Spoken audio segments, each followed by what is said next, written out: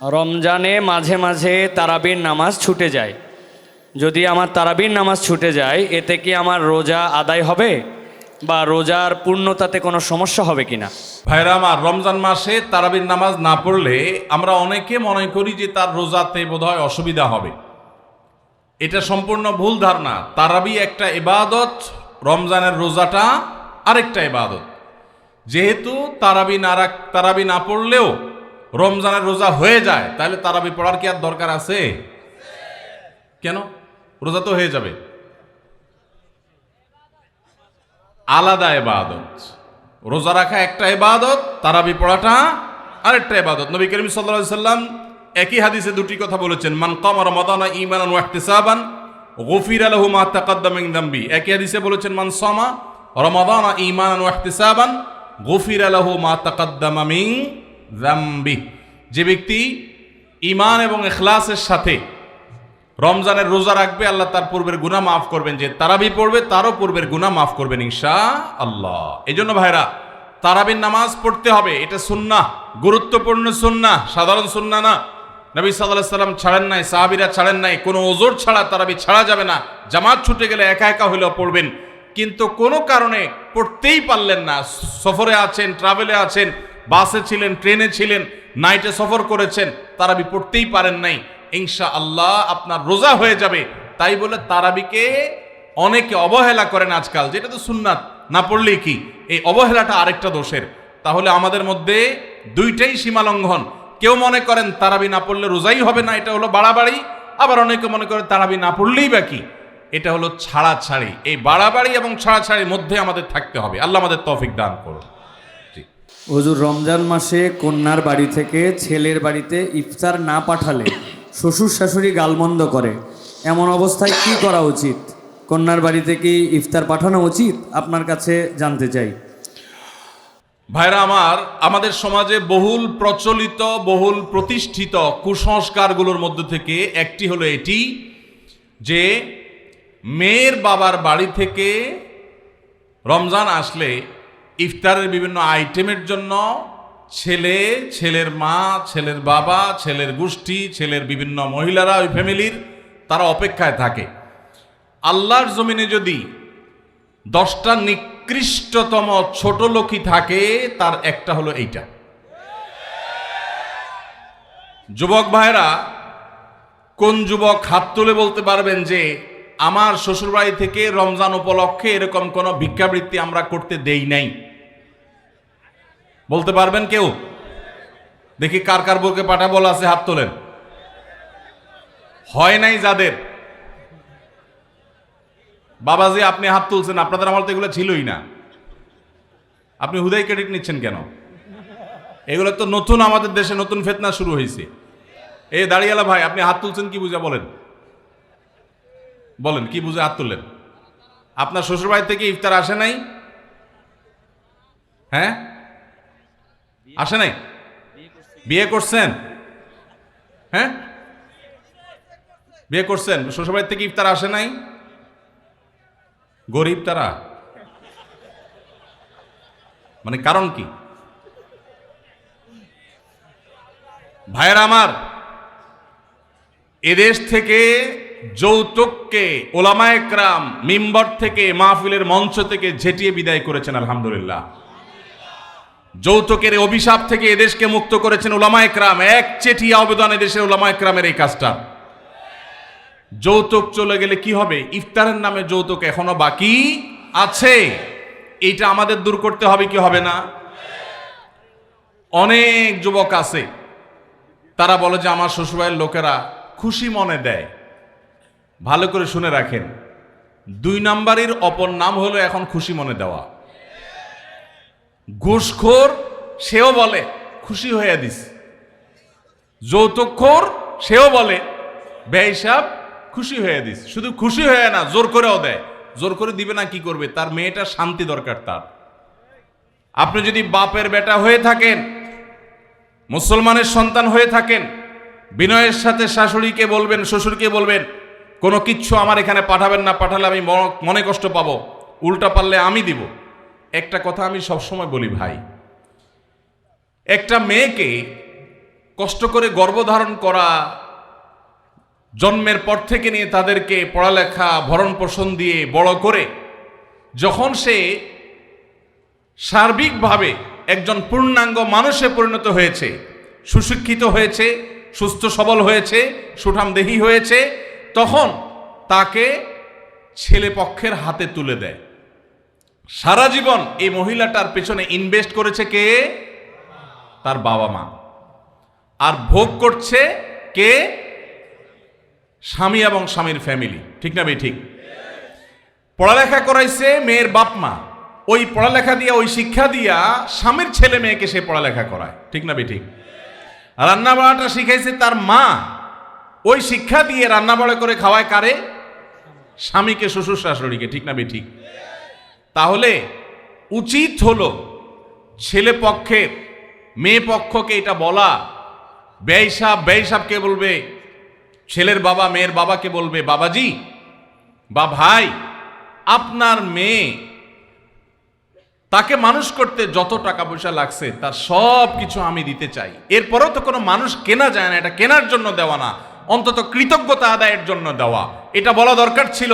সেটা না করে উল্টা আস্ত একটা মেয়ে দিয়ে দিল, তার সাথে আবার আপনি যৌতুক আশা করছেন। আপনার চাইতে বড় ছোট লোক আল্লাহর জমিনে আর হতে। এই সমস্ত ভিখারিদেরকে ধরে ধরে আস-সুন্নাহ ফাউন্ডেশনের ইফতার প্রজেক্টের জন্য পাঠায় দিবেন। আপনাদের এই মাঠেও ইফতার বিতরণ হয়, যাদের শ্বশুর বাড়ি থেকে ইফতারের দরকার হয় এদের সবাইকে আমাদের ওখানে পাঠায় দিবেন। কথা বুঝে আসছে? এখন এরপর থেকে হুদাই যায় আমাদের ওখানে সিরিয়াল ধরবে। সিরিয়াল ধরলে সবাই ইফতার পাবে। শর্ত হলো সে প্রকাশ্যে ঘোষণা দিবে, আমি শ্বশুরবাড়ি থেকে ইফতার প্রত্যাশী ছিলাম, কিন্তু সেখান থেকে ইফতার পাওয়ার কোনো ক্ষীণতম সম্ভাবনা না থাকায় আমি নিরুপায় হয়ে এখন আস-সুন্নাহ ফাউন্ডেশনের দ্বারস্থ হয়েছি। এইটা যদি আপনি ঘোষণা দিতে পারেন আমাদের দিতে কোনো অসুবিধা নেই ইনশাআল্লাহ। ভাইরা আমার, এই কুসংস্কার আমরা দূর করবো তো ইনশাআল্লাহ। খুশি মনে বলতে কোনো কিচ্ছু নাই। খবরদার, মেয়ে পক্ষ যদি ইফতার পাঠায় ছেলে পক্ষ পাঠায় না কেন? মেয়ে পক্ষ যদি 2 আনা পাঠায় ছেলে পক্ষ 4 আনা পাঠানো উচিত। অনেক মহিলারা আছে ফ্যামিলির, তারা খোঁচাখুচি করে বৌমাকে। আল্লাহ আমাদের এই কুসংস্কার থেকে মুক্ত থাকার তৌফিক দান করুন। রোজা রেখে কোনো চুল বা নখ কাটা যাবে কিনা? রোজা রেখে চুল বা নখ কাটা যায় আপনাদের এলাকায়? যায়? আলহামদুলিল্লাহ, সহজ মাসালা। রোজা রেখে চুল বা নখ কাটলে রোজার কোনো অসুবিধা হয় না। রোজা রেখে সরিষার তেল গায়ে মাখলো কোনো অসুবিধা নেই, কোনো আপনার স্নো পাউডার ইত্যাদি ব্যবহার করলে এগুলোর কোনো অসুবিধা নাই, রোজা হয়ে যাবে ইনশাআল্লাহ। একটা প্রশ্ন এসেছে, সাহারি ও ইফতারের কোনো দোয়া আছে কি? এটি কি বাংলায় পড়া যাবে? ইফতারের আমরা দোয়ার কথা জানি ভাই। ইফতারের একটা কমন দোয়ার কথা আমরা জানি, আরেকটা দোয়া আছে আনকমন যেটা আমরা জানি না। 2টা দোয়া আমি বলছি। 1 নম্বর হলো ইফতারের দোয়া যেটা কমন আমরা জানি, সেটা হলো আল্লাহুম্মা লাকা সুমতু আলা রিজকিকা আফতারতু। এই দোয়ার অর্থ হলো, হে আল্লাহ, আপনার জন্য আমি সিয়াম সাধনা করেছি, রোজা রেখেছি, আর আপনার উদ্দেশ্যেই আমি ইফতার করেছি, অর্থাৎ আপনার নির্দেশের পালনার্থে আমি ইফতার করেছি।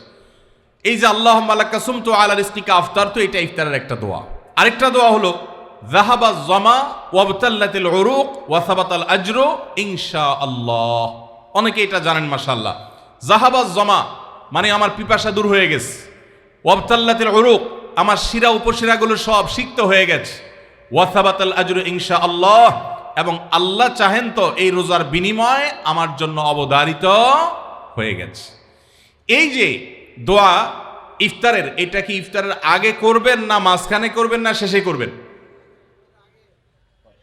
কি বলেন, ইফতারের আগে না শেষে? যারা যারা আগের পক্ষে তারা হাত তোলেন। মাশাআল্লাহ, বহু লোক। ভাইরা আমার, এই দোয়া ইফতারের পরে করবেন, আগে না। অনেকেই এই ভুলটা জানেন, অনেকে মনে করেন যে আগেই করতে হয়, আগে না। ইফতারের দোয়া কখন করবেন? ইফতারের শব্দের অর্থের দিকে খেয়াল করলে তো দেখতে পারেন পিপাসা দূর হয়ে গেছে, শিরা উপশিরা সিক্ত হয়ে গেছে, এটা কি ইফতারের আগে হয় না পরে হয়? তাহলে আল্লাহুম্মা লাকা সুমতু আলা রিজকিকা আফতারতু, আল্লাহ তোমার জন্য রোজা রাখলাম, তোমার রিজিক দিয়ে ইফতার করলাম, এটা কি আগে না পরে? পরে। অতএব এটা ইফতারের পর। তাহলে ইফতারের শুরুতে কি পড়বেন? বিসমিল্লাহ। বিসমিল্লাহ বলে যে কোনো খাবার খান, ইফতারও খাবেন। ইফতার খেয়ে ফেলছেন, 2-4 লোকমা খেয়েছেন, একটু পানি খেজুর খেয়েছেন, তারপরে দোয়া পড়তে পারেন। আর চাইলে একদম শেষ করেও পড়তে পারেন। আর এটা নিজের ভাষায় পড়লে হয়ে যাবে, কিন্তু সুন্নাত হবে, বেশি উত্তম হবে নবীজির ভাষায় পড়তে পারলে, সরাসরি আরবি টেক্সটটা পড়তে পারলে। আল্লাহ আমাদেরকে তৌফিক দান করুন। রোজার নিয়ত কোনটি বা কিভাবে করব? নিয়ত পড়া কি রোজা রাখার জন্য জরুরি? নিয়ত তো সমস্ত ইবাদতের জন্য জরুরি, কিন্তু নিয়ত করা জরুরি, নিয়ত বলা জরুরি না। নিয়ত করা এক জিনিস আর নিয়ত বলা আরেক জিনিস। মুখে নিয়ত বলে আর অন্তরে নিয়ত করে, অন্তরে নিয়ত করে আর মুখে নিয়ত বলে। ইবাদতের মধ্যে নিয়ত করা ফরজ, রোজার জন্য নিয়ত ফরজ, নামাজের জন্য নিয়ত ফরজ, কিন্তু নিয়ত বলাটা ফরজ বা সুন্নত কোনোটাই না। আমরা যে রোজার নিয়ত শুনছি, নাওয়াইতু আন আসুমা গাদান, আছে না? বিভিন্ন আপনার ক্যালেন্ডারেও লেখা থাকে, ভিত্তিহীন। নবী করিম সাল্লাল্লাহু আলাইহি সাল্লামের কোনো জয়ীফ জাল হাদিসেও এরকম রোজার কোনো নিয়তের কথা কোথাও বর্ণিত হয় নাই। ইসলামের নামে নকল আমল করলে সওয়াব হবে না গুনাহ হবে? খবরদার। এই জন্য আমরা মেহরবানি করে, আমি কি জন্য ভোর রাতে উঠছি? সারি খেতে উঠছি। সারি খেতে উঠছি মানে কালকে রোজা রাখবো, এটাই তো আমার নিয়ত। মনের ইচ্ছা আছে, ইন্টেনশন আছে, এটাই নিয়ত। মুখে আলাদা নিয়তের উচ্চারণ দরকার নাই। কাউকে কর্জে হাসানা হিসেবে টাকা ধার দিলে সেই টাকার কি জাকাত দিতে হবে? কারণ সেই টাকা কখন পাবো অনিশ্চিত। ভাইরা আমার, অনেক দরকারি একটা প্রশ্ন। আপনি কাউকে লোন দিয়েছেন, হাওলাত দিয়েছেন, কবে দিবে জানেন না, জাকাত দিতে হবে কি হবে না? উত্তর হলো, কোনো টাকাই জাকাত মুক্ত থাকবে না যদি সেটা নেসাবকে স্পর্শ করে। এখন ধরুন আপনি আমাকে 1 লাখ টাকা লোন দিয়েছেন, 1 লাখ টাকা কি নেসাব টাচ করে না করে না? করে।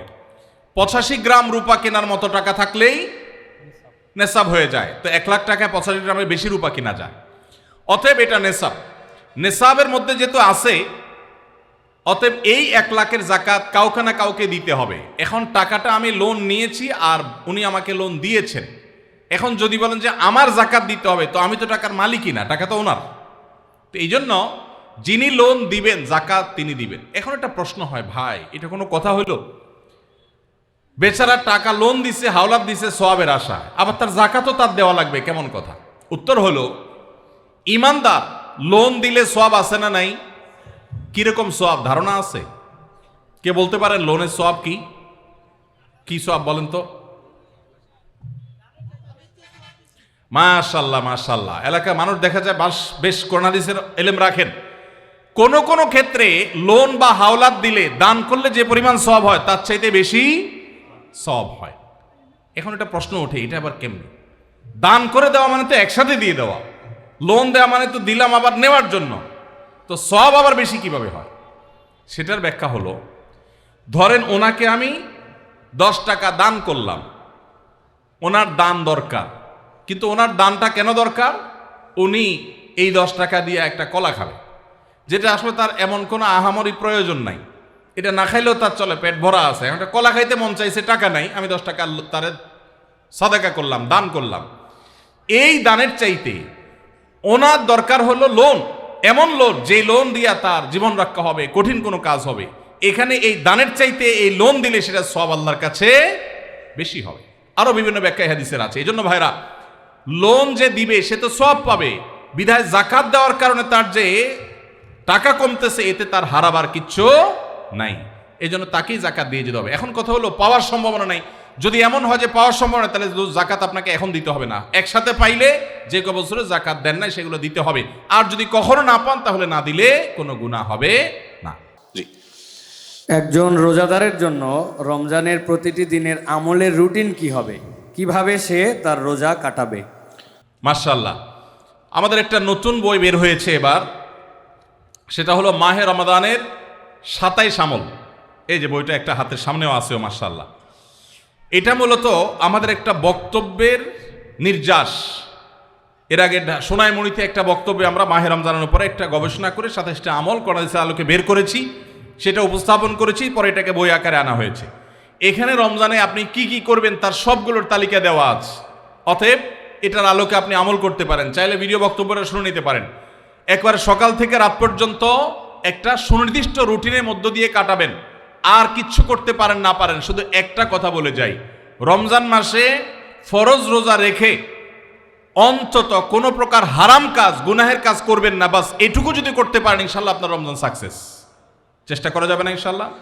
একটা কাজ যদি করতে পারেন আপনার রমজান ইনশাল্লাহ সফল, সেটা হলো ফরজ রোজা রাখলেন, 5 ওয়াক্ত নামাজ তো ফরজ পড়বেনই, ফরজ কাজগুলো করলেন আর গুনাহ থেকে বেঁচে থাকলেন, কোনো হারাম কাজ করলেন না, ঝগড়াঝাটি করলেন না, মিথ্যা বললেন না, চগলখড়ি করলেন না, গীবত করলেন না, কাউকে ঠকাইলেন না, 2 নম্বর কাজ করলেন না।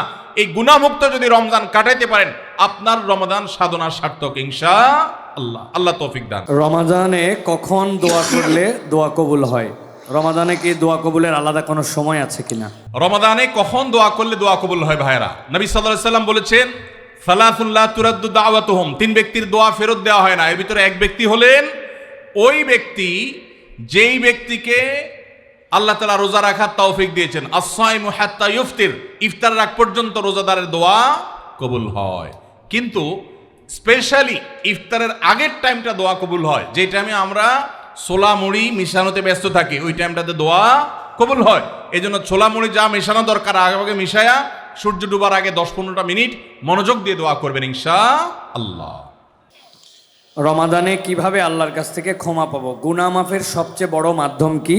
কিভাবে ক্ষমা চাইলে সব মাফ হয়? মেহেরবানি করে জানাবেন। ভাইরা আমার, ক্ষমা চাওয়ার জন্য আল্লাহর কাছে অনুতপ্ত হতে হবে যে আল্লাহ যত গুনাহ করেছি আপনি মাফ করে দেন। তওবা করতে হবে, লজ্জিত হতে হবে, অনুতপ্ত হইতে হবে। এরপরে কায়মনোবাক্যে অন্তঃস্থল থেকে আল্লাহর কাছে দোয়া করতে হবে মাফ পাওয়ার জন্য। এবং বিশেষ করে সাহারির সময়, ভোর রাত, দোয়া কবুলের সময়গুলো বেশি বেশি করে দোয়া করে ক্ষমা চাইতে হবে, ক্ষমা নিতে হবে। ইফতারের আগ মুহূর্তটা এটা দোয়া কবুলের সময়, অতএব সেই মুহূর্তটা বিশেষভাবে দোয়া কবুল করতে হবে। দোয়া কবুলের যে শর্তগুলো আছে, হালাল উপার্জন, কায়মনোবাক্যে দোয়া করা, মনোযোগের সাথে দোয়া করা, চোখের পানি ফেলে দোয়া করা, সেগুলো করলে আশা করা যায় আল্লাহ তাআলা ক্ষমার দোয়াও কবুল করবেন। স্বামী আদেশ করলেই কি শ্বশুর শাশুড়ির সেবা করতেই হবে? সেবা করতে গিয়ে অনেক সময় আমি অসুস্থ হয়ে যাই, এক্ষেত্রে ইসলাম কি বলে? ভাইরা আমার, স্বামী যদি আদেশ করে যে আমার বাবা মার খেদমত করো, এখন বোনের প্রশ্ন হলো আমি অসুস্থ হয়ে গেলেও কি স্বামীর সে নির্দেশ মানতে হবে কিনা? উত্তর হলো না। যদি এই পর্যায়ের হয় যে আপনি শ্বশুর শাশুড়ির সেবা করতে গিয়ে আপনি সুস্থ না থাকেন, এই পর্যায়ের আপনার সেবার প্রশ্ন আসে, তো আপনি নিজেকে অসুস্থ করে ফেলে তারপরে শ্বশুর শাশুড়ির খেদমত করতে হবে, এত কঠিন নির্দেশ ইসলাম আপনাকে দেয় নাই। তবে এ জাতীয় ইস্যুতে আমি অনুরোধ করব, কোনো ভালো বিচক্ষণ বিদগ্ধ আলেমের কাছে দেখা করে উভয়ের পরিস্থিতি পর্যালোচনা করে অ্যাসেসমেন্ট করিয়ে তারপর সমাধান নেওয়ার চেষ্টা করবেন। কারণ এখানে আপনার কাছে যেটাকে মনে হচ্ছে বাড়াবাড়ি, আদতে সেটা খুব নর্মাল বিষয় হতে পারে। এজন্য তৃতীয় পক্ষের কারোর সহযোগিতা নিলে সেটা সবচেয়ে ভালো হয়। এই প্রশ্নোত্তরের সংক্ষিপ্ত সেশনে আমরা অল্প কথা উত্তর দিয়ে গেলে আপনার ভুল বোঝার সম্ভাবনা আছে। সেজন্য কোনো দক্ষ আলেমের কাছে, বিচক্ষণ ইমাম সাহেবের কাছে গিয়ে দুজন মিলে তারপরে পুরো অবস্থা জানাবেন। শরীয়ত মৌলিকভাবে মেয়েদের জন্য শ্বশুর শাশুড়ির খেদমত করাকে ফরজ ওয়াজিব করে নাই, কিন্তু স্বামীর প্রতি তার যে শ্রদ্ধা ভালোবাসার দাবি আছে, সেই দাবি থেকে যে স্বামীটা সারাদিন আমার সংসার সন্তানের উন্নতির জন্য কষ্ট করে, সেই স্বামীটার অগোচরে তার উপরে কর্তব্য তার বাপ মার সেবা করা। তিনি যেহেতু আমার কাজে গেছেন, আমি তার জন্য একটু হেল্প করলাম, তার হয়ে একটু কাজ করলাম। তাছাড়া মা বাবার মতো বয়সী মানুষ, তারা যখন আশেপাশে তাদের সেবা করার মানসিকতা থাকা দরকার। কিন্তু সেই সাথে এটাও ঠিক যে আমাদের সমাজে অনেক শ্বশুর শাশুড়ি আছে আস্ত জোয়ান তাগড়া সুস্থ সবল, এরপরও সে আশা করে বসে থাকে বৌমা সব করে দিবে।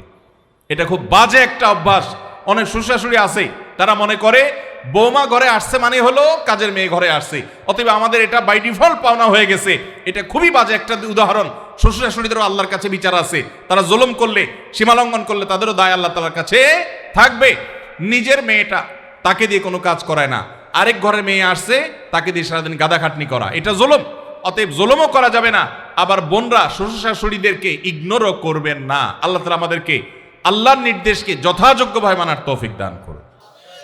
বেনামাজি মানুষ মৃত ব্যক্তিকে গোসল করাতে পারবে কিনা?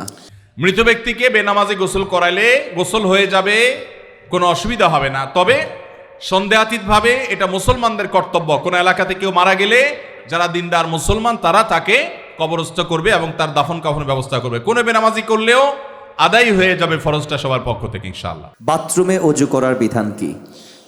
একটা মোস্ট কমন প্রশ্ন, বাথরুমে ওযু করার বিধান কি? ভাইরা আমার, বাথরুমের ভেতরে কমোড বা প্যান, এটার সাথে আপনার ওযুর যে টেপ বা বেসিন, এটার যদি কোনো পার্থক্য না থাকে, অর্থাৎ মাঝখানে কোনো আড়াল বা ব্যবধান না থাকে, তাহলে এই জায়গায় অজু না করে অজুটা বাহিরে কোনো ট্যাপে করা উত্তম। কেন? কারণ অজুর একটা গুরুত্বপূর্ণ সুন্নাহ হলো বিসমিল্লাহ পাঠ করা। টয়লেটের মধ্যে বিসমিল্লাহ পাঠ করাটা মাকরুহ। টয়লেটে বিসমিল্লাহ পাঠ করা কি মাকরুহ? যেহেতু মাকরুহ, অতএব হয় আপনি বিসমিল্লাহ ছাড়া অজু করবেন, তাহলে অজুটা একটু ত্রুটিপূর্ণ হলো, আর না হলে বিসমিল্লাহ জোরে পড়বেন, তাহলে আপনি মাকরুহ করলেন। এই জন্য বাথরুমের বাইরে বিসমিল্লাহ পড়ে অজু করবেন। পাও ধোয়াটা বেসিনে ধোয়ার ব্যবস্থা নাই, ভেতরে যায় ধুলেন, ব্যাস, তাহলে হয়ে গেল। আর যদি বাহিরে কোনো বেসিন না থাকে, কোনো টেপ না থাকে, তাহলে টয়লেটের ভিতরেই অজু করতে পারবেন, কিন্তু বিসমিল্লাহটা মনে মনে বলবেন। আর যদি নিজের বাসা হয়, তাহলে সেক্ষেত্রে মাঝখানে পার্টিশন দিয়ে দিলেন কমোড এবং অজুর, অথবা আজকাল প্লাস্টিকের পর্দা পাওয়া যায়, সেগুলো দিয়ে দিলেন, তাহলে ইনশাআল্লাহ আপনার সেখানে বিসমিল্লাহ বলতে কোনো অসুবিধা নাই। টয়লেটের ভিতরে দিকেও অজু করে, অজু হয়ে যাবে, নামাজও হয়ে যাবে, কিন্তু উত্তম হলো বাহিরে করা। কাউকে যদি কালো জাদু করা হয়, ব্ল্যাক ম্যাজিক করা হয়, তাহলে আমরা বুঝতে পারবো কিভাবে, এবং এই কালো জাদু থেকে বাঁচার উপায় কি? কোনো আলেমের কাছে যেতে হবে নাকি নিজে নিজে আমল করলেই চলবে? ভাইরা আমার, কাকে কালো জাদু করা হয়েছে, কাকে করা হয় নাই, এটা বোঝাটা খুবই সিম্পল এবং খুবই সহজ একটা ব্যাপার। বিশেষ করে কিছু আলামত আছে, যে আলামতগুলো খুব সহজেই দেখে বোঝা যায় এই লোকটা ব্ল্যাক ম্যাজিকের রোগী বা জাদুর রোগী। আপনারা জানেন যে আমাদের সমাজের এক শ্রেণীর মানুষ এই কালো জাদুতে বিশ্বাস করে না। যদি কেউ কোরআনের জীবন্ত মুজিজা আর অলৌকিকত্ব দেখতে চায়, তাহলে সে কালো জাদুগ্রস্ত রোগীর মধ্যে কোরআনের আয়াত দিয়ে যে ট্রিটমেন্ট করা হয়, এটা দেখে সে আল্লাহর কুদরত দেখতে পাবে, কোরআনের মিরাকল দেখতে পারে। তো কালো জাদু এটা কোনো মানুষকে আক্রান্ত করলে সচরাচর সাধারণত কোনো ওষুধে কোনো কাজ হয় না, কোনো চেক আপে কোনো রোগ ধরা পড়ে না, দিন দিন অসুস্থ হয়ে যায়, খুব ভয়ঙ্কর একটা পর্যায়ে চলে যায়। একটি বর্ণনা আছে, কালো জাদু এটা মানুষকে কবর পর্যন্ত আর ওঁটকে পাতিল পর্যন্ত নিয়ে যায়, তার মানে শেষ করে ফেলে দেয়, নানা রকমের ক্ষতিগ্রস্ত মানুষকে করে। এবং আজকাল আপনারা দেখেছেন অনেকেই বিভিন্ন ফুটবল টিমের ভালো ভালো খেলোয়াড়দেরকে কালো জাদু করা হয়, এবং এগুলো নিয়ে ইন্টারন্যাশনাল মিডিয়াগুলোতে বেশ ফলাও করে আপনার নিউজ প্রকাশ করা হয়, এবং সমস্ত দুনিয়াতে মানুষের কাছে ওপেন সিক্রেট এখন যে বড় বড় খেলোয়াড়দেরকে ব্ল্যাক ম্যাজিক করা হয়, এবং সেটার যে প্রভাব হয় সেটাও মানুষের কাছে দিনের আলো মতো পরিষ্কার। তাহলে আমার বুঝতে অসুবিধা কোথায়? বরং কোরআন যেটার কথা বলেছে সেটা বাস্তবায়ন দেখতে পেরে আমার ঈমান আরো বেড়ে যাওয়ার কথা। কিছু মানুষ আছে যে কোনো রোগ ধরা পড়ে না, কিন্তু অসুস্থ হয়ে যাচ্ছেন, অস্বাভাবিক পর্যায়ে হয়ে যাচ্ছেন, এরকম বিষয়গুলো কালো জাদুর আক্রান্ত হওয়ার আশঙ্কা অনেক বেশি। ঠিক একইভাবে অনেকের অতিরিক্ত হাই আসে, অতিরিক্ত সীমাতিরিক্ত হাই আসে। হাই তোলাটা কিছু একটা লিমিটেশন আছে, যে এই পর্যন্ত হাই তোলা এটা স্বাভাবিক, কিন্তু যখন অস্বাভাবিক পর্যায়ে পর্যন্ত চলে যাবে, তখন সেটা কোনো কোনো ক্ষেত্রে ব্ল্যাক ম্যাজিকের রোগী হওয়ার আলামত থাকে। দিন দিন শুকায় যাওয়া, নানা রকমের পরিস্থিতি আছে। সবচেয়ে বড় পরীক্ষা করার উপায় হলো সূরা বাকারা সহ বিভিন্ন রুকিয়ার অ্যাপস চালু করে দিলে, ভিডিও চালু করে দিলে, তেলাওয়াত চালু করে দিলে, যদি এটা শোনার পরে অস্থির হয়, পেরেশান হয়, তাহলে এই লোকটার মধ্যে কালো জাদুর আশঙ্কা অনেক জোরালো, যে সে সহ্য করতে পারে না তেলাওয়াত। একজন সাদা মানুষ, মুসলমান সহ্য করে, কিন্তু সে তেলাওয়াত বন্ধ করতে পারে, আজান সহ্য করতে পারে না।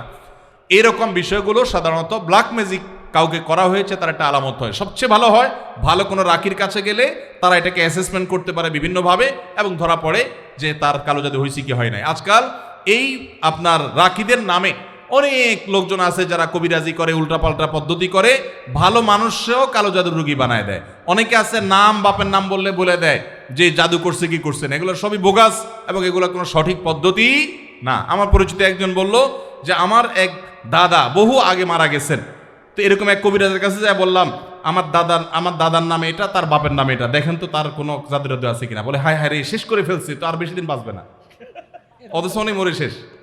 তো এরকম বন্ডামি ভাওতাবাজিও আছে। এই জন্য যারা কোরআন হাদিসের আলোকে রুকিয়া করে, ঝাড়ফুঁক করে, এরকম মানুষদের শরণাপন্ন হবেন। এই সমস্ত প্রশ্ন উত্তর দেওয়ার কারণে আমার কাছে সব ঝাড়ফুঁক নিতে আসে। আমি কোনো রাখি না ভাই, আমি নিজে অন্যদের কাছে ঝাড়ফুঁকের আমলটা নিতে হয়, অ্যাডভাইসটা নিতে হয়। ভাইয়েরা আমার মনে হয় শেষ করা দরকার নাকি? আচ্ছা, শেষটা বলেন। একজন দুইটা প্রশ্ন করছেন। এক প্রশ্ন হচ্ছে, স্বামীর কথা শোনাটা যতটা জরুরি, স্ত্রীর কথা শোনাটা কি ততটা জরুরি নয়? স্বামীর কথা যতটা শুনবেন, স্ত্রীর কথাটাও কি ততটা শুনবেন কিনা? দেখুন, পৃথিবীতে ফ্যামিলি ব্যবস্থাপনা ইসলামে একটা আছে, আর এর বাইরে পশ্চিমাদের আরেকটা আছে, দুইটা সিস্টেম। ইসলামের ফ্যামিলি ব্যবস্থাপনা হলো আল্লাহ তাআলা কোরআনে পরিষ্কারভাবে নির্দেশ করেছেন, আর রিজালু কাওয়ামুনা আলান নিসা। পুরুষদেরকে আল্লাহ রাব্বুল আলামিন নারীদের উপরে দায়িত্বশীল করেছেন, তাদেরকে আল্লাহ তাআলা অভিভাবক বানিয়েছেন। এখন যদি কেউ নারী এবং পুরুষকে সমান সমান করতে চায়, তাহলে তার পরিণতি কি হতে পারে পশ্চিমের দিকে তাকালে বুঝতে পারবেন। ভাইরা আমার, একটা ছোট্ট মুদি দোকানও যদি আপনি চালাইতে হয়, একজন মালিক আর একজন শ্রমিক বা কর্মচারী থাকা লাগে কি লাগে না? দুইজনই মালিক, সমান সমান শেয়ার, দুজনই দোকানটা পরিচালনা করে, দোকানটা ঠিকমতো চলবে? কারণ সকাল বিকাল গন্ডগোল বাঁধবে, ঠিক না বেঠিক? এভাবে কোনো দোকান যদি না চলে, তাহলে একটা সংসার কখনো সুষ্ঠুভাবে চলতে আপনি কাউকে না কাউকে অভিভাবক মানতেই হবে। হ্যাঁ, এর মানে এই না যে অভিভাবক যা খুশি তা করতে পারে, জুলুম করতে পারে, অন্যায় নির্দেশ দিলেও সে অধিকার আছে, সেটা ইসলাম বলে না, কখনো বলে না। ভাইরা আমার, আজকের পৃথিবী নারীদেরকে সমান অধিকার দিতে বলে, ইসলাম ন্যায্য অধিকার দিতে বলে। ইসলাম কি দিতে বলে? সমান দিলে সব সময় সমতা হয় না, ন্যায্য দিলে সব সময় সমতা, ন্যায্যতা, যেটা যৌক্তিকতা, সেটাই হয়। আল্লাহ আমাদেরকে বুঝার তৌফিক দান করুন। মা বোনরা যদি যৌক্তিক কোনো আবদার, চাহিদা পেশ করেন, সেটা স্বামী কখনো কখনো শুনতে বাধ্য, যদি সেটা তার অধিকারের বিষয় হয়, আর কখনো কখনো বাধ্য না হলেও স্বামীকে আল্লাহ তাআলা উদ্বুদ্ধ করেছেন। নবী করিম সাল্লাল্লাহু আলাইহি সাল্লাম তার স্ত্রী আমাদের মা আয়েশা রাদিয়াল্লাহু তাআলা আনহাকে খেলা দেখতে নিয়ে গেছেন। আম্মা জান আয়েশা রাদিয়াল্লাহু আনহা এই হাদিস বর্ণনা করার পরে বলেছেন, ফাকদুরু কদরাল জারিয়াতিল হাদিসাতি সিন্নি আল হারিসাতি আলাল্লাহ বে। ও দুনিয়ার পুরুষেরা, যুবকেরা, স্বামীরা, শুনে রাখো, আল্লাহর নবী সাল্লাল্লাহু আলাইহি সাল্লাম নবী হওয়ার পরও, এত ব্যস্ত মানুষ হওয়ার পরও, তিনি তার স্ত্রী হিসেবে আমি যখন তার কাছে খেলা দেখতে চেয়েছি, তিনি নিয়ে গেছেন। যতক্ষণ পর্যন্ত আমি নিজে বিরক্ত হয়ে উঠে না আসি, ততক্ষণ পর্যন্ত নবী সাল্লাল্লাহু আলাইহি সাল্লাম বসেছিলেন, আমাকে নিয়ে আসেন নাই, বলেন নাই আয়েশা চলো আর কত দেখবা, এটা বলেন নাই। অতএব তোমরা তোমাদের কম বয়স্ক যে সমস্ত স্ত্রীগণ আছেন, তাদের বিনোদনের প্রতি, আনন্দের প্রতি তোমরা খেয়াল রাখবে, এটা আম্মা জান আয়েশা বলেছেন। তাহলে বোঝা গেল, স্ত্রী যদি কিছু চায়, সেটা পূরণ করবার জন্য স্বামী যথাযোগ্য চেষ্টা করবেন, যদি অন্যায্য না হয়, অন্যায় না হয়, অযৌক্তিক চাওয়া না হয়। কিন্তু এর মানে এই না যে ইসলাম সবাইকে সমান অধিকার দিয়েছে, সমান অধিকার দিলে মারামারি ছাড়া কিচ্ছু হবে না। পশ্চিমে যান, কোনো সংসার বলতে কিচ্ছু নাই। গত সপ্তাহের কথা, নিউজিল্যান্ডের একটা শহরে, অকল্যান্ডে, আমাদের এক প্রবাসী বাংলাদেশি ভাই বুয়েটিয়ান, ওনার বাসায় উনি নিয়ে গেলেন ফজরের নামাজ পড়ে, মসজিদ থেকে পাশে ওনার বাসা। তো ওনার বাসায় গিয়ে আমি একটু আশপাশে কিছু গাছ টাছ দেখলাম, দেখে বের হচ্ছি। উনি আমাকে দুটা জিনিস দেখালেন। এক হলো বললেন যে, ভাই আপনি যে সবজি চাষ করেন ঢাকায়, ওই ভিডিও দেখার পর আমার ওয়াইফের চাপে আমি এই যে লাউ গাছ লাগাইছি, সেই লাউ গায়ে অনেক লাউ ধরছে। চিন্তা করলাম, আমরা কাজ করছি এখানে 11,500 কিলোমিটার দূরে আমল হয়েছে আলহামদুলিল্লাহ, 11,500 কিলোমিটার দূরে। তো তার একজন প্রতিবেশী বৃদ্ধ, বয়স 65 থেকে 70 হবে, এই ভদ্রলোকের সাথে আমার পরিচয় করায় বললেন যে আমার নেইবর, আমার প্রতিবেশী।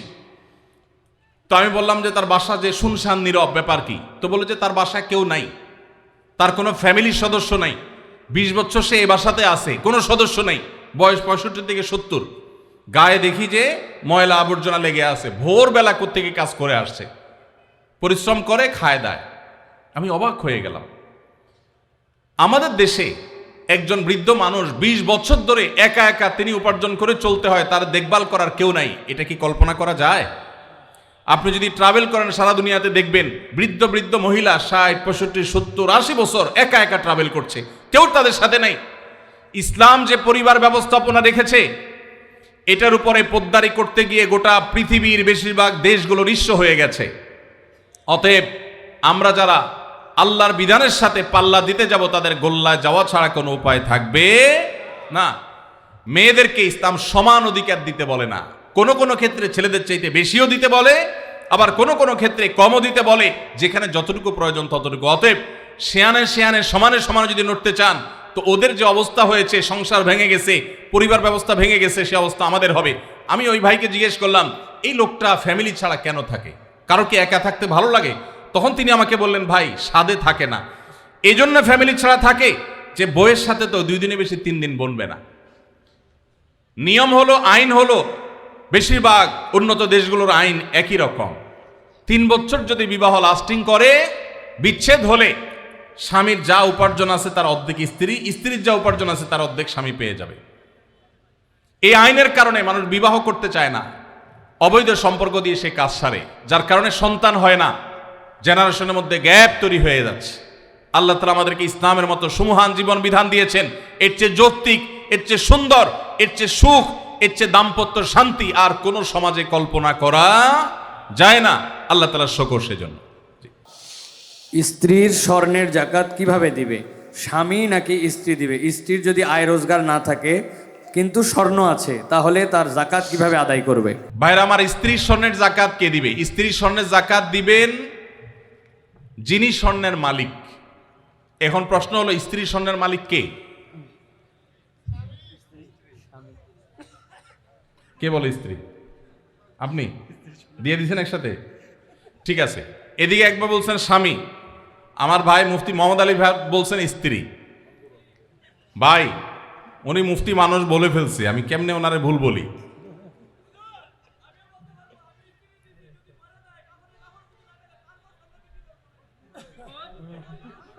মাশাআল্লাহ মাশাআল্লাহ, আমার পক্ষে লোক আছে।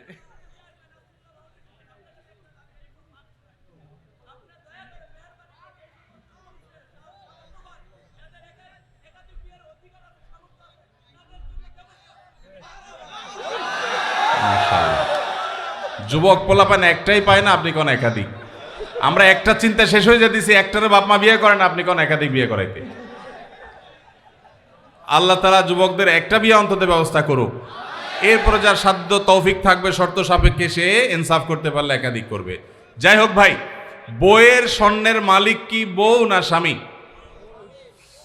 এটা নির্ভর করে যে স্বামী আসলে তাকে দিলে কিভাবে দিয়েছে। ধরুন এটা স্বামী দিছে বা বাপের বাড়ি থেকে পাইছেন, স্ত্রীকে যদি দিয়ে দেন তাহলে তার মালিক স্ত্রী এবং সেটা যাকাত তাকে দিতে হবে। আর যদি স্ত্রীকে না দিয়ে দেন, ব্যবহার করতে দেন, যে ঠিক আছে আপনাকে ব্যবহারের জন্য দিলাম, তাহলে সেক্ষেত্রে মালিক হবে স্বামী। এটা ক্লিয়ার করতে হবে। এখন মুশকিল হলো, স্বামী স্ত্রী যদি এগুলো নিয়ে আলাপ উঠায়, আমাদের দেশে আমরা এত ভালো, মানে অতি ভালো যেটাকে বলে, বউ যদি এখন যায় ঘরে যদি জিজ্ঞেস করেন স্বামীরে, এই আর বউরে জিজ্ঞেস করেন যদি যায়, আচ্ছা বলো তো দেখি তোমার এই স্বর্ণগুলো আসলে মালিকটাকে, সাথে সাথে সে বলবে, ব্যাপার কি, তোমার মাথায় এই চিন্তা কেন আসলো, কাহিনী কি, তুমি কি ডানে বামে কোনো চিন্তা ভাবনা করছো, কি ব্যাপার? আমরা কত সরল সহজ চিন্তা করেন। একটা সম্পদের মালিকানা ক্লিয়ার হওয়া লাগবে কি লাগবে না? স্ত্রীকে যদি জিজ্ঞাসা করেন, আচ্ছা তোমার যে স্বর্ণগুলো আছে এগুলো আসলে মালিক কি তুমি না আমি, কে? অবশ্য আজকাল মেয়েরা এগুলো বলবে না, বেশিরভাগ মেয়েরা বলবে, বলো কি তোমার সন্দেহ হয় আমি যে ব্যাপারে কোনো সন্দেহ আছে? যদি স্ত্রী মালিক হয় তাহলে স্বর্ণের জাকাত স্ত্রীকে দিতে হবে। আর যদি আপনি স্ত্রীকে ব্যবহার করতে দেন, বলেন যে তুমি ব্যবহার করো, আমি চাইলে যে কোনো সব বিক্রি করে ফেলবো, তাহলে সেক্ষেত্রে আপনাকে জাকাত দিতে হবে। এখন মুশকিল হলো, বেশিরভাগ ক্ষেত্রে এই সমস্ত ইস্যুতে আমরা চিটারি করি অনেকে। কিভাবে? স্ত্রীকে দিছে, তার ধান্দা আছে বিদেশে যাওয়া লাগলে ভিসা পাওয়া গেলে বিক্রি করে দিবে, ওইটা বললে তো বউ খেপে যাবে, এই জন্য ডাইরেক্ট কিছু বলে না, পাম্পটে দিয়ে হুদাই মিশা কথা বলে তারে খুশি করে, আবার যখন দরকার হয় তখন যা বিক্রি করে ফেলে, আছে না নাই? তো এই 2 নাম্বারই করা চলবে না, ক্রিস্টাল ক্লিয়ার হতে হবে। আরবিতে একটা প্রবাদ আছে, তাআমালু কালা জানিব ওয়া তাআশারু কালা কারিব। আর্থিক লেনদেন হবে অচেনা মানুষের মতো, আর সাধারণ আচার আচরণ হবে সবার সাথে চেনা মানুষের মতো। এই জন্য ক্লিয়ার করবেন। এখন প্রশ্ন হলো, স্ত্রী যদি স্বর্ণের মালিক হয়, উনি কোত্থেকে জাকাত দিবেন? তার তো উপার্জন নাই। উত্তর হলো, তিনি প্রয়োজনে স্বামীর থেকে নিয়ে দিবেন। স্বামীকে রিকোয়েস্ট করে বলবেন, তুমি আমারটা আদায় করো, যে কোনোভাবে করবেন, বা স্বর্ণের কোনো একটা অংশ সেল করবেন, কোনো না কোনোভাবে তাকে জাকাত আদায় করতে হবে। স্বর্ণের মালিক মানে তিনি ধনী, অতএব প্রয়োজনে স্বর্ণের কিছু অংশ বিক্রি করে হলেও তাকে জাকাত দিতে হবে। তবে স্বামী যদি আদায় করে, জাকাত আদায় হয়ে যাবে, স্ত্রী যদি সেটা জানে যে উনি আদায় করছেন। আমি একজন ট্রাক ড্রাইভার, আমার পরিবার এবং সন্তান আছে, কিন্তু আমার স্ত্রী আমার কথা শোনে না, আমার করণীয় কি? ভাইরা আমার, মা বোনরা স্বামীদের কথা না শোনা, স্ত্রীরা স্বামীদের কথা না শোনা, এটা একটা ব্যাধিতে পরিণত হয়েছে। পশ্চিমাদের মুখরোচক স্লোগানে আমাদের অনেক মুসলিম নারীরা বিভ্রান্ত হয়ে গেছেন। মনে রাখবেন, কোন নারী যত রকম ইবাদত বন্দেগী করুক, তিনি যদি স্বামীর সাথে সবসময় আড়াআড়ি করা, স্বামীকে ইগনোর করা, তাকে অমান্য করার মানসিকতা তার মধ্যে তৈরি হয়, তাহলে তিনি কখনো নেককার মুসলিম নারী হতে পারেন না। যে ভাই এই প্রশ্ন করেছেন তাকে বলবো বিয়ের আগে এটা ভাবা দরকার ছিল যে এই মেয়ের মধ্যে আল্লাহর ভয় আছে কিনা। যদি কেউ মুত্তাকি হয়ে থাকে, সত্যিকারে মুসলিম হয়, আল্লাহ বিরু হয়, তিনি কখনো স্বামীর অবাধ্য হতে পারেন না। কোনো বিষয় নিয়ে মনোমালিন্য হতে পারে, মতভিন্ন হতে পারে, কিন্তু তাই বলে অবাধ্য হওয়া যেটা বলে সেটা হতে পারে না। এখন এই বোনকে আপনি মোটিভেশন দেন, তাকে ভালো মুসলমান বানাবার চেষ্টা করেন, আপনার কথা শোনানোর চাইতে তাকে আল্লাহর আনুগত্য করেন, আল্লাহর আনুগত্যে আনেন। আল্লাহর আনুগত্যে আসলে সে স্বামীর কথা এমনি শুনবে ইনশাআল্লাহ। পরিচিত এক হিন্দু বোনের প্রশ্ন, যে সন্তানটা মুসলিম বাবা মার ঘরে জন্ম হয় সে সাধারণত মুসলিম হিসেবে জীবন অতিবাহিত করে, আর যে সন্তান হিন্দু বাবা মার ঘরে জন্ম নেয় সে সনাতনী ধর্মে দীক্ষিত হয়। এতে মানুষের তো কোনো হাত নেই, স্রষ্টার চাওয়াতেই তো সে হিন্দু ঘরে জন্ম নিয়েছে। মুসলমান না হলে তাকে কেন জাহান্নামে যেতে হবে? তার জন্য ধর্মান্তরিত হওয়া কি সহজ কথা? ঠিকানা দেবিদ্বার, কুমিল্লা। ধন্যবাদ। যেই হিন্দু বোন প্রশ্ন করেছেন সেই বোনকে আমি বিনয়ের সাথে বলতে চাই, আল্লাহ রাব্বুল আলামিন আমাদের প্রত্যেককে বিবেক দিয়েছেন। যাকে আল্লাহ বিবেক দেন নাই, যিনি মানসিকভাবে সুস্থ নন, সেই লোকটা এই জবাবদিহিতার আওতায় নাই।